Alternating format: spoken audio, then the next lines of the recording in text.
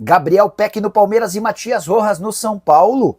Vídeo de hoje do canal do Nicola te conta o que há de verdade nessas especulações e fala também sobre o Corinthians. O Ministério Público de São Paulo exige que Augusto Melo e seus diretores devolvam ao Timão 40 milhões de reais.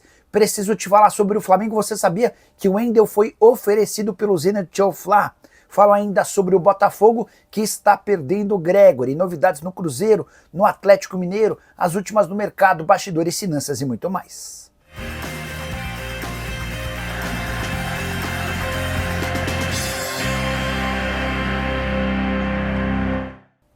Fala aí pessoal, sou Jorge Nicola, bem-vindos a mais um vídeo do canal. Sempre bom ter vocês por aqui, sem perder tempo, pedir para deixar like, se inscrever no canal e ativar as notificações. Quero contar que todo esse conteúdo é um oferecimento de KTO, casa onde temos um excelente aproveitamento das últimas 12 sugestões que eu deixei para vocês, 10 bateram. Nessa sexta-feira, estou indo na vitória do Vila Nova ou no empate contra o Operário, na vitória da Espanha contra a Itália, esse jogo é da Eurocopa Feminina. Estou indo na vitória do Freiburg contra o Sandhausen, amistoso do futebol alemão, e estou indo na vitória do Guingamp contra o pequenino Avranches da França, outro amistoso internacional. Se esses 4 resultados acontecerem, meus R$100 se transformam em R$231 para você fazer sua fezinha na KTO. É super simples, tem link no comentário fixo, você clica, se cadastra, preenche todos os seus dados e automaticamente já vai estar habilitado a fazer sua aposta. É só importante lembrar que você precisa ter pelo menos 18 anos de idade e jogar com responsabilidade. Combinado? Agora sim, bora começar o vídeo com aquele tradicional giro de notícias. Queria te contar que a Portuguesa contratou o volante Kalil, de 18 anos de idade, que pertencia ao Corinthians. Pouco espaço na base do Timão. Ele é contratado para o Sub-20 da Portuguesa, que disputa o Campeonato Paulista e também a Copa São Paulo de Juniores na próxima temporada. Já o Santos venceu a Desportiva Ferroviária em partida da Vitória Cup na noite dessa quinta-feira. Destaque para o gol de Neymar cobrando pênalti. Queria contar também que o filho do Robinho, o Robinho Júnior, entrou nos instantes finais da partida vestindo a camisa 7. Já o Bahia recebeu sondagem do Ajax da Holanda por Lúcio Rodrigues, centroavante contratado a peso de ouro na temporada passada, mas que não consegue engrenar. O uruguaio não marca desde julho do ano passado. São 53 jogos, 14 gols e 2 assistências desde que ele desembarcou no Bahia. Para completar o giro de notícias, contar que Rodolfo Landim apresentou proposta para a compra da SAF do Confiança. A oferta gira na casa dos 500 milhões de reais por 10 anos. Ele e um grupo de empresários estão à frente dessa iniciativa. Para fechar de vez o giro de notícias, contar que o Fluminense negocia o retorno de John Kennedy. O atacante que pertence ao Flu está emprestado ao Pachuca, anda incomodado no futebol mexicano, porque desde a troca no comando do Pachuca ele perdeu espaço e tem sido bem pouco utilizado, apesar de bons números por lá. Quero falar agora sobre o Botafogo, que está perto de perder seu terceiro titular depois da Copa do Mundo de Clubes. Você sabe que o Igor Jesus e o Jair foram para o Nottingham Forest e o Gregori deve ser anunciado em breve como novo reforço do Al Rayyan. O time do Catar, que tem Arthur Jorge, ex-treinador do Botafogo, como comandante, desde janeiro tenta a contratação do Gregori. No primeiro momento não aconteceu, agora o Al Rayyan já sinalizou com o pagamento da multa rescisória de 8 milhões de dólares para levar o atleta. Gregori, que tem papel super importante no Botafogo desde que foi contratado do Inter Miami. A presença do Gregori, ou os números do Gregori com a camisa do Botafogo: 82 jogos, 3 gols e 2 assistências. Ele forma, ao lado do Marlon Freitas, uma das melhores duplas de volantes do futebol brasileiro, e o Botafogo vai perdendo peças importantes, como já havia acontecido no início do ano com Almada e Luiz Henrique. Preciso falar agora sobre a nova política de contratações do Cruzeiro. Torcedor da Raposa, que se acostumou com um volume gigante de reforços na era Alexandre Matos, deve estar estranhando toda a demora na contratação de novos jogadores. É que com a saída do Matos do Cruzeiro, a política de reforços na Raposa mudou. Pedro Lourenço, dono da SAF do clube, Pedro Júnior, seu vice e homem forte do futebol, e Paulo Pelaipe mudaram a estratégia. Nesse momento, o Cruzeiro vai ser bem mais cauteloso e criterioso na hora de gastar, até porque já investiu cerca de 250 milhões de reais em reforços durante um ano, na era Alexandre Matos. Quero citar um exemplo claro dessa nova postura. Brian Medina, zagueiro que pertence ao América de Cali, foi descoberto pelo scout do Cruzeiro. Raposa nem sequer chegou a fazer contato com o América de Cali. Antes de formalizar um interesse, há uma avaliação bem criteriosa, que tem passado por uma série de detalhes, de performance, comportamento, dentro e fora de campo, enfim, uma série de coisas que estão sendo avaliadas antes de o Cruzeiro levar adiante essa proposta. Vou citar um outro ponto. Gabri Martinez, atacante espanhol que pertence ao Braga. O Cruzeiro chegou a fazer uma proposta, o Braga pediu quase o dobro como contraproposta e o Cruzeiro já saiu da negociação. Em outros tempos é possível que o Matos tivesse cacifado e contratado o jogador. Só para completar mais um exemplo, Vitor Gabriel, atleta zagueiro que pertence ao Sport, está sendo comprado pelo Internacional. O Cruzeiro demonstrou interesse e fez proposta. O Internacional pediu um valor absurdo. Se fosse em outros tempos, é possível que esse valor absurdo tivesse sido pago para que o Vitor Gabriel fosse contratado, mas existe a possibilidade até de o Cruzeiro nem contratar jogadores nessa janela. O Pedro Júnior afirmou que a busca é por 2 atletas. Se eles não vierem, o Cruzeiro vai com esse elenco até o fim da temporada. Hora de falar sobre o Clube Atlético Mineiro. Fui o primeiro a contar para vocês sobre a insatisfação do elenco atleticano em relação a atrasos de direitos de imagem, salários em carteira e luvas. Também contei para vocês a respeito de 2 reuniões que aconteceram nessa semana. Na segunda-feira com o Vitor, na terça-feira com o Bruno Mussi, que é o CEO do clube. Pois bem, quero acrescentar em cima dessas notícias de que 2 atletas em especial andam bastante irritados com a diretoria atleticana e já notificaram o departamento jurídico do Atlético em relação a esses atrasos. O próximo passo, em caso de inadimplência, é levar o Atlético à justiça. Confesso que não sei qual seria o modelo e qual seria a tentativa para rescisão do contrato. Até porque, em geral, no futebol brasileiro, você quebra o contrato com um clube se houver atraso de 3 meses em salário, em carteira, e também em direitos de imagem. O Atlético hoje tem 1 mês de salário em carteira atrasado, 1 mês de direito de imagem atrasado. As luvas, que têm quase 6 meses de inadimplência, não costumam garantir a rescisão de contrato na justiça. Estava conversando com o Igor Tebe Assunção, que é meu parceiro de 98 Esportes, para tentar entender qual seria o caminho para esses jogadores tentarem a rescisão com o Galo.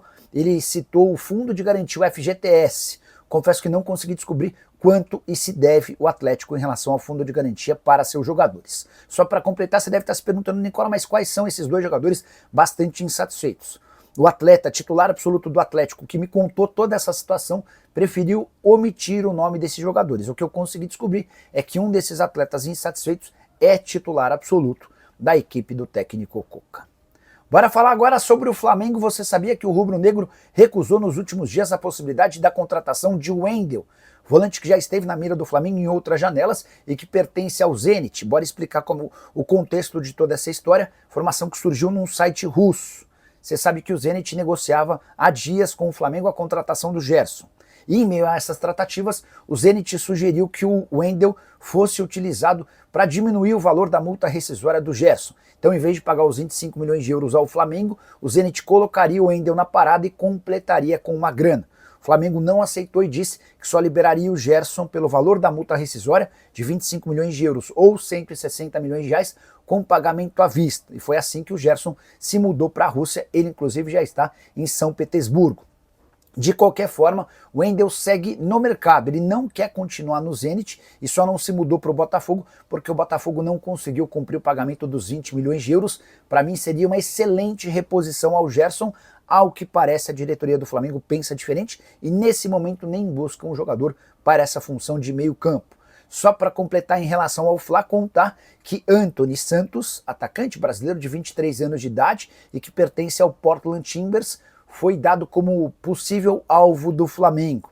Esse jogador foi revelado no Curitiba, teve passagens também na base do Joinville e do Corinthians antes de se mudar para o Arouca de Portugal. Ele chega ao Portland em 2023. Temporada atual de 19 jogos, 6 gols e 5 assistências, atacante de lado de campo com boas jogadas. Você vai procurar na internet, você vai achar bons lances dele. Mas o Flamengo assegura que não tem o interesse e nem negocia a contratação do Anthony Santos, atleta do Portland Timbers.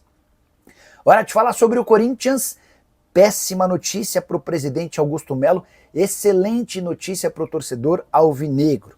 O Ministério Público de São Paulo ofereceu nessa quinta-feira denúncia contra Augusto Melo, Marcelo Mariano, Sérgio Moura e Alex Cassundé pelo caso Vaidbet. Só para você entender, o Ministério Público faz o segundo movimento depois de a polícia indiciar o trio por lavagem de dinheiro, associação criminosa e furto qualificado. Pois bem, a partir de agora, com essa decisão do Ministério Público, o Augusto Melo será julgado por um juiz. E além disso, e aqui vem a parte mais grave, o Ministério Público exigiu que a Justiça cobre 40 milhões de reais do Augusto Melo, do Sérgio Moura, do Marcelo Mariano e do Alex Cassundé. Esse quarteto será responsável por indenizar o Corinthians em 40 milhões de reais. Tudo por causa do desvio de 1.400.000 que saíram dos cofres do Corinthians para serem usados na lavagem de dinheiro, além de um prejuízo de 38.400.000 que o Corinthians teve com a quebra do contrato da PixBet, que antecedeu o acordo com a VaideBet.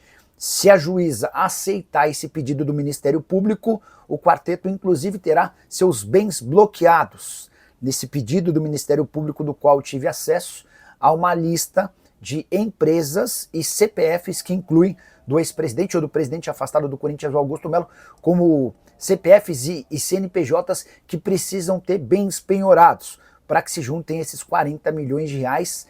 Tenho certeza absoluta de que nesse momento o Augusto Melo deve estar bastante preocupado com o seu futuro. Hora de falar sobre o Palmeiras. Qual a chance de Gabriel Peck, meio atacante revelado pelo Vasco e que hoje pertence ao Los Angeles Galaxy, virar reforço ao Alviverde? Especulação que vem ganhando força nas redes sociais, até porque um grupo de setoristas do Palmeiras tem afirmado que as negociações existem. Antes de gravar o vídeo, fiz contato com gente do Palmeiras e também com o Carlos Leite. Empresário do atleta Carlos Leite assegura que não conversou com jornalista algum a respeito da possibilidade de o Peck virar reforço ao Alviverde. O Palmeiras nega interesse no jogador. E o mais provável é que o Peck se mude para a Europa caso deixe o Los Angeles Galaxy. Segundo Carlos Leite, a ideia para o futuro do Peck é se mudar para o futebol europeu. Posso garantir que já houve uma sondagem da Premier League que não se transformou em proposta. O Peck havia chegado em 2024 para o Los Angeles Galaxy num negócio de 10 milhões de dólares junto ao Vasco. Primeira temporada excelente. Ele conseguiu, com a camisa do LA, 41 jogos, 21 gols e 19 assistências, ou seja, 41 jogos e 40 participações em gol. Temporada atual, mais abaixo de 22 jogos, 4 gols e 1 assistência. O Palmeiras assegura que não tem a intenção de contratar Gabriel Peck. Podemos riscar esse nome do mapa alviverde. Para completar, responder sobre o São Paulo, durante o programa do Nicola, a pergunta que mais me foi feita por torcedores do Tricolor é se Matias Rojas, meia paraguaio de 29 anos de idade que passou recentemente pelo Corinthians, interessa mesmo ao São Paulo. Especulação que tomou conta das redes sociais. Só para lembrar, o Matias Rojas passa pelo Corinthians, vai à FIFA cobrar 40 milhões de reais do Timão e já conseguiu a vitória em primeira instância. Esse debate agora foi para a Corte Arbitral do Esporte. Depois de sair do Corinthians, o Matias Rojas passa pelo Inter Miami e nesse momento defende o River Plate, onde não consegue jogar. Só para você ter uma ideia, ele foi para a Copa do Mundo de Clubes e não saiu do banco de reservas. 8 partidas e 1 gol desde que foi contratado no início dessa temporada. E o boato do Matias Rojas no São Paulo ganhou um pouco mais de força por conta da ótima relação entre São Paulo e River Plate. Os clubes, inclusive, estão finalizando a negociação do Gonzalo Tapia, atacante chileno de 23 anos de idade, que chega ao São Paulo por empréstimo de uma temporada ao custo de 100 mil dólares. Se o São Paulo quiser ficar com o jogador, vai ter de gastar algo na casa dos 2 milhões de dólares. Pois bem, voltando ao Matias Rojas. Antes de gravar esse vídeo, consultei uma pessoa super importante na estrutura tricolor para perguntar se o Rojas poderia ser comprado. A resposta, abre aspas, nenhuma chance. Não queremos meia atacante. Hoje a busca é por um lateral direito, fecha aspas. E aqui vem outra informação importante. O São Paulo não pretendia trazer um lateral direito, por entender que o Cédric Soares, o Mike, o Igor Felisberto e também o Ângelo, que já foi negociado com o Strasbourg, mas só se muda para a França ao completar 18 anos, que esse quarteto seria suficientemente capaz de garantir segurança na lateral direita.